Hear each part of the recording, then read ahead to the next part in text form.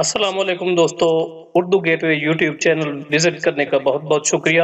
اس video میں ہم آپ کو بتائیں گے کہ پاکستان نے آمرانہ دور حکومت میں زیادہ ترقی کی یا جمہوری دور حکومت میں، ڈکٹیٹرز نے کتنا قرضہ لیا اور عوامی حکومتوں نے پاکستان پر کتنا قرض کا بوجھ ڈالا، اور آج ہم جس صورتحال سے دوچار ہیں اس کا ذمہ دار کون ہے۔ یہ تمام تفصیلات اس ویڈیو میں ملاحظہ فرمائیں۔ اپنے قیمتی وقت میں سے 5 یا 6 منٹ نکال کر اس ویڈیو کو ضرور دیکھیں۔ چینل ابھی تک سبسکرائب نہیں کیا تو اسے جلدی سے سبسکرائب کر لیں۔ دوستو، ایوب خان کے دور میں پاکستان پر کوئی قرضہ نہیں تھا۔ پاکستان قرض لینے کی بجائے دینے والے ممالک میں شامل تھا۔ اس دور میں پاکستان نے جرمنی جیسے ملک کو 120 ملین روپے کا ترقیاتی قرضہ دیا۔ ایوب خان نے جب اقتدار سنبھالا تو ڈالر 4 روپے کا تھا، اور 11 سال بعد جب وہ چھوڑ کر گئے تب بھی ڈالر 4 روپے کا ہی تھا۔ ایوب خان کے دور میں ایک چینی وفد پاکستان آیا تو حبیب بینک کی عمارت دیکھ کر حیران رہ گیا، اور وہ پاکستان سے اس کا ڈیزائن لے کر گئے۔ اس دور میں کراچی کا مقابلہ لندن اور نیو یارک سے کیا جاتا تھا۔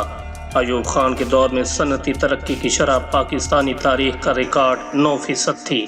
یہ شرح آج کے دور میں چین کی ہے۔ بے روزگاری کی شرح 3% تھی، جو پاکستان کی تاریخ میں کم ترین ہے۔ ایوب خان کے آمرانہ دور میں پاکستان کی تاریخ کا پہلا سرپلس بجٹ پیش کیا گیا۔ اسی دور میں جنوبی کوریا نے تیز رفتار ترقی کے لیے پاکستان سے اس کا 5 سالہ منصوبہ لے کر اس پر عمل کیا۔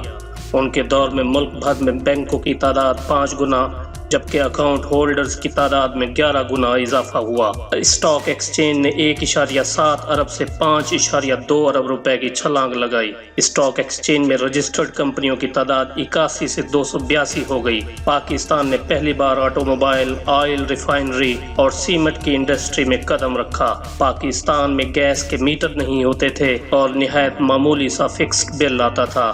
پاکستان کے قومی ادارے اپنی ترقی کی معراج پر تھے۔ PIA کا شمار دنیا کی بہترین ایئر لائنز میں کیا جاتا تھا، اور اس میں امریکن صدور تک سفر کیا کرتے تھے۔ PIA ایشیا کی پہلی ایئر لائنز تھی جس کے پاس جیٹ طیارے تھے۔ پاکستان کی ٹرینیں صاف ستھری ہوتی تھیں، ان میں پنکھے، لائٹیں بالکل ٹھیک کام کرتی تھیں، باتھ روم صاف اور بڑے بڑے، اور سب سے بڑھ کر ٹرینیں وقت پر چلتی تھیں۔ پاکستان اسٹیل ملز کے تمام سرویز، فیزیبلٹیز اور سارا کاغذی کام ایوب خان کے دور میں مکمل کیا گیا، جس کے بعد یحییٰ خان نے 1969 میں روس کے ساتھ اس کا معاہدہ کیا۔ منگلا اور تربیلا ڈیم سمیت کئی بڑے اور بہت سارے چھوٹے ڈیم بنائے گئے جو آج بھی ملک میں سستی بجلی مہیا کر رہے ہیں۔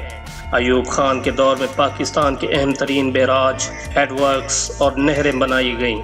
نہروں کی کل لمبائی 56,073 کلومیٹر تک پہنچا دی گئی، جس کے بعد پاکستان دنیا میں سب سے بڑا نہری نظام رکھنے والا ملک بن گیا۔ یہ بیراج اور نہریں آج بھی پاکستان کی کل GDP میں 23% حصہ ڈالتی ہیں۔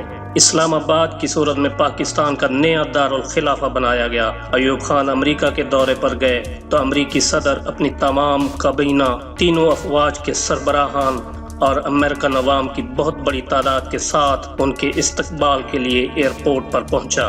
ایوب خان کے دور میں 1965 کی جنگ میں پاکستان نے اپنے سے کئی گنا طاقتور انڈیا کے حملے کو ناکام بنایا۔ پاک فوج نے نہ صرف کئی انڈین علاقوں میں پیش قدمی کی، بلکہ انڈیا کی ٹینکوں اور جہازوں کی بہت بڑی تعداد کو تباہ کر دیا، جس کے بعد انڈیا امریکہ کے پاس سیز فائر کی درخواست لے کر گیا تھا۔ پاکستان ہاکی میں ورلڈ چیمپئن اور ایتھلیٹکس میں ایشین چیمپئن تھا۔ پھر پاکستان میں جمہوری دور کا آغاز ہوا۔ 1970 میں پہلی مرتبہ بالغ رائے دہی کی بنیاد پر انتخابات منعقد ہوئے۔ مغربی پاکستان میں پیپلز پارٹی اور مشرقی پاکستان میں عوامی لیگ نے اکثریت حاصل کی۔ انتقال اقتدار کے مسئلے پر اختلافات پیدا ہوئے، اور 16 دسمبر 1971 کو اپنوں کی ریشہ دوانیوں اور غیروں کی سازشوں کی وجہ سے ملک دو لخت ہو گیا اور بنگلہ دیش وجود میں آ گیا۔ نئے پاکستان میں ذوالفقار علی بھٹو کی زیر قیادت پیپلز پارٹی نے اقتدار کی باغ ڈور سنبھالی۔ سوشلزم اور نیشنلائزیشن کی پالیسیز کی وجہ سے ملک میں ترقی کو ریورس گیئر لگ گیا۔ رہی صحیح کسر ضیاء الحق کے ماشاء اللہ دور نے پوری کر دی، اور سونے پہ سہاگا یہ کہ ملک کی سیاست میں میاں نواز شریف جیسے لوگوں نے قدم رکھا۔ اپنے دور وزارت اعلیٰ میں نااہل لوگوں کو سیاسی رشوت کے طور پر مختلف محکموں میں بھرتی کیا اسی طرح بے نظیر بھٹو بھی پیچھے نہ رہیں۔ PIA، سوئی گیس، ریلوے، سٹیل ملز جیسے اداروں میں جیالوں کو بھرتی کیا گیا۔ نام نہاد جمہوری دور حکومت میں حکمرانوں کے پروٹوکول اور اللہ تللوں کے لیے قرضے پہ قرضے لیے گئے۔ ملک کی وسائل اور خزانوں کو دونوں ہاتھوں سے لوٹا گیا۔ کسی نے سر محل خریدا تو کسی نے ایون فیلڈ اپارٹمنٹس خریدے۔ کسی نے لوٹی ہوئی ملک کی دولت سوئس بینکوں میں رکھی تو کسی نے لندن میں پراپرٹیز خریدی۔ اور آج ان حکمرانوں کی وجہ سے نوبت جا رسید کہ پاکستان اس وقت 84,000 ملین ڈالرز کا مقروض ہو چکا ہے۔ اس قرض میں سے آمروں کے دور حکومت میں 1592 ملین ڈالرز قرض لیا گیا، جبکہ جمہوری حکومتوں نے 82,408 ملین ڈالرز قرضہ لیا۔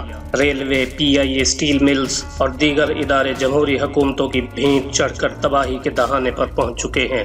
ایک وہ وقت تھا جب پاکستان کا صدر امریکہ کے دورے پر جاتا تھا تو امریکی صدر اپنی کابینہ سمیت ایئرپورٹ پر استقبال کرنے کے لیے موجود ہوتا تھا، اور ہم نے یہ وقت بھی دیکھنا تھا کہ پاکستان کا ایک وزیر اعظم شاہد خاقان عباسی جب امریکہ کے دورے پر گیا تو استقبال تو کجا بلکہ وزیر اعظم کے شلوار سمیت کپڑے اتروائے گئے۔ آئیے دوستو، ہم غور و فکر کریں کہ بحیثیت قوم ہم سے کہاں پر غلطی ہوئی کہ ہم تباہی اور بربادی کے گڑھوں میں گرتے لے جا رہے ہیں۔